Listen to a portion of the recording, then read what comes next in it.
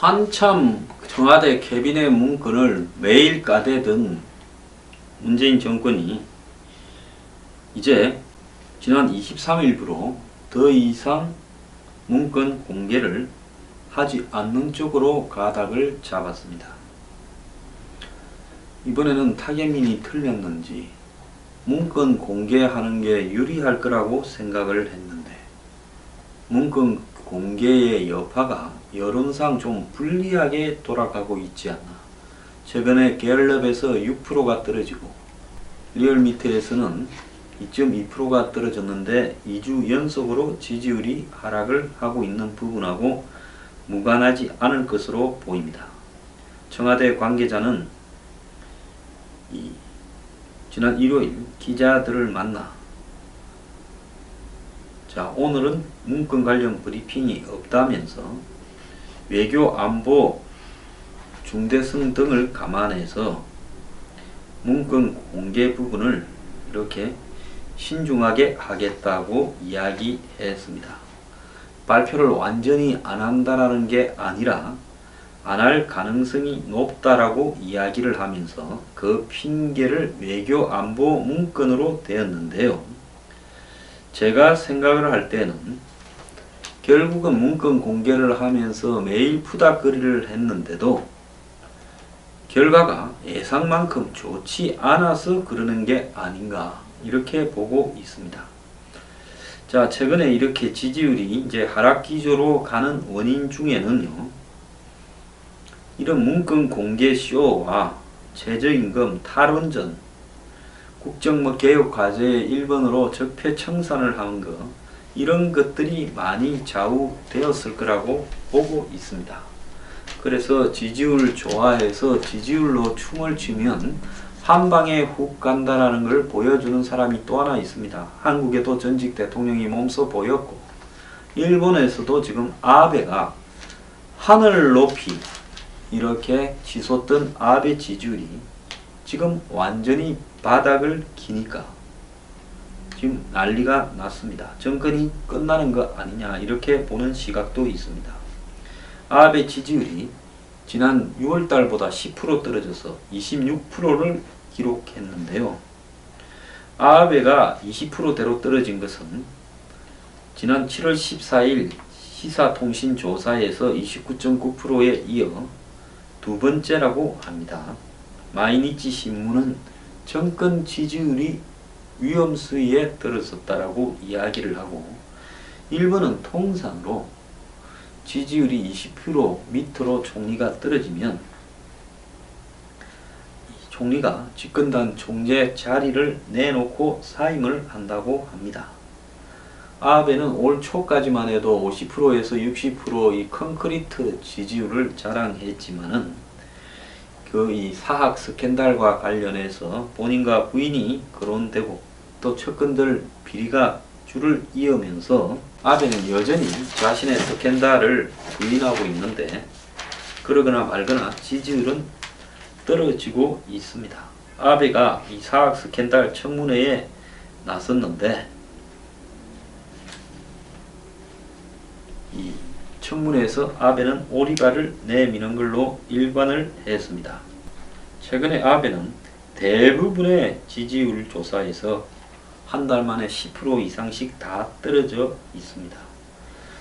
자, 23일 센다이 시장 선거가 열렸는데 이 센다이 시장 선거는 동북지방에서 큰 도시죠. 여기에서도 야당이 연립야당 후보가 자민당 후보를 제치고 당선이 되었습니다. 지난 7월 초 도쿄 도의원 선거에서 참패한 부분은 고이케의 인기 때문이었다고 핑계를 대도 되지만은 이번에는 야권이 연합을 만들어서 자민당의 비판적인 이 표들을 흡수해가지고 자력으로 이겼습니다. 즉 민심이 지방 도시에조차도 한마디로 아베를 떠나고 있다라는 부분입니다. 이번 지방 센다이 시장 선거에서도 쟁점이 아베의 사학 스캔들이었다라고 이야기가 나옵니다. 이렇게 아베가 자기가 필생의 꿈으로 생각을 하던 개헌 문제를 올 하반기에 처리하지도 못한 채 지금 집권이 흔들리고 있는 것은 아베 필요 현상이라고도 하고 아베의 교만함 때문이라고도 합니다. 아베는 1, 2차 집권 기간 이전에 2008년인가 한번 했죠. 합쳐서 2001을 갖다가 지금 집권하고 있는데요. 사토 총리, 요시다 총리에 이어서 이 세 번째 장기 집권 총리입니다.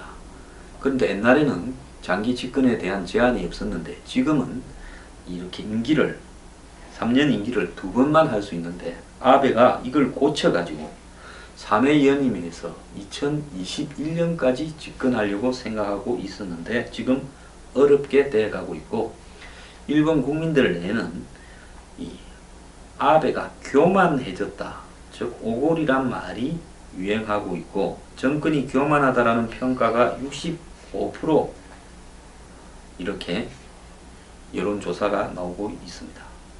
즉 그런 교만함에 대한 오만한 정권에 대한 국민의 분노가 사학 스캔들로 그걸 부인하는 아베를 보면서 터져버린 겁니다. 자, 아베만 있는 게 아닙니다.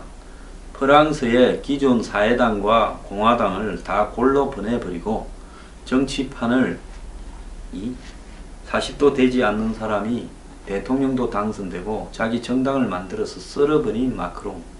제가 마크롱이 뒤에 기득권 세력의 지지가 포함되어 있다고 했죠. 마크롱은 로스차일드은행, 유명한 유대인 은행의 인수합병 전문가라고 이렇게 그 전력이 나와 있습니다. 이런 사람이 정치판에 들어와서 근본적으로 대중과 서민을 위해서 정치 개혁을 하기는 쉽지 않고요. 마크롱이 독자적으로 대선에 나서고 젊은 나이에 독자적으로 이 기성정당을 해체하고 또 이 창당을 해서 밀어붙이고 하는 부분에는 이런 숨어있는 그의 경력과 관련된 지지가 포함되었고 이미 수명이 다한 정당을 버리고 마크롱과 손을 잡으려고 하는 업무도 포함되어 있었을 겁니다. 기득권이요. 기득권이 탈바꿈을 한 거죠.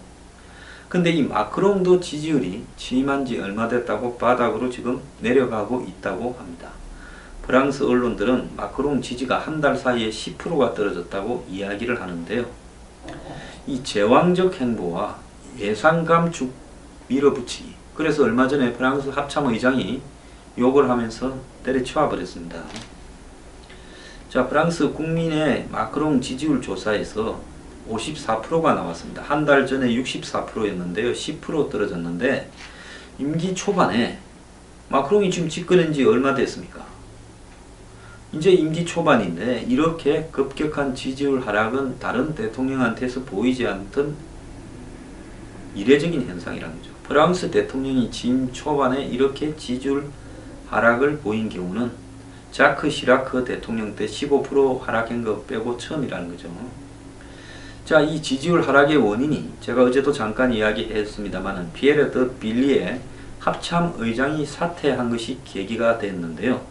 긴축 재정을 밀어붙이면서 국방 예산을 대폭 감축하니까 빌리에 합참의장이 욕을 하고 일주일 만에 사임을 해버렸습니다.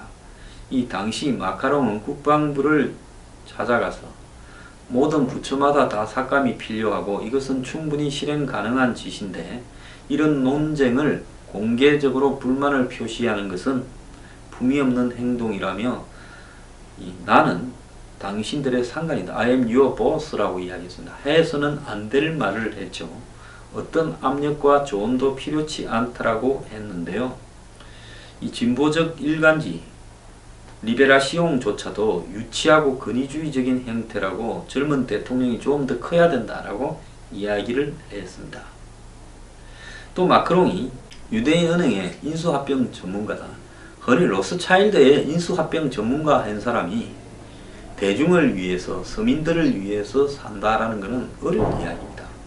그래 살 사람은 거기 들어가지도 않습니다. 사람이 하나 보면 다 알아요. 이 사람도요 마크롱 비참하게 임기를 끝낼 거라고 저는 단언을 합니다. 2018년부터 부유층 세금 감면 도입을 검토하는 등 친기업 정책을 밀어붙이고 있어서 대중의 지지율이 지금 하락하고 있다라는 겁니다. 공공 분야에서는 공공 분야 축소를 갖다가 외치니까 18%가 떨어졌고, 예산 삭감이, 연금 삭감이 예상되는 50에서 64세 연령층 지지자 14%가 빠졌다라는 겁니다. 지는 어느 날 순식간에 40도 되지 않은 사람이 권력을 잡고 정당을 만들어서 국회를 쓸어버리고 하니까 간이 배 밖에 나와서 예산개혁이니 한마디로 비용이 삭감이니 각종 개혁 조치를 밀어붙인다 하겠지만은 그 개혁의 기본적인 방향이 기득권을 위한 쪽이다라고 이렇게 비춰지기 시작을 하니까 누구도 이제 그 고충을 감내하려고 하지 않고요. 극좌 정당의 멜랑시옹 후보 같은 경우에는, 지난 대선에 나왔죠. 대표 같은 경우에는 휴가 지나고 반대운동에 돌입하겠다 이렇게 말도 하고 있고, 더 나아가서 본격적으로 이 각 분야 개혁을 한다고 나서면 지지율이 더 크게 빠져버릴 수도 있을 거라는 예측까지 나오고 있습니다. 자, 정권이 교만하고 오만하거나 내 혼자서 정의다 이렇게 나가면 누구도 견딜 수 없습니다. 아베도 마크롱도 못 버팁니다. 하물며 한국의 문재인 정권은 버틸 수 있겠습니까? 버티는 방법은 교만함을 버리는 건데요. 그렇게 되기가 어려운 것이 정치인 것 같습니다.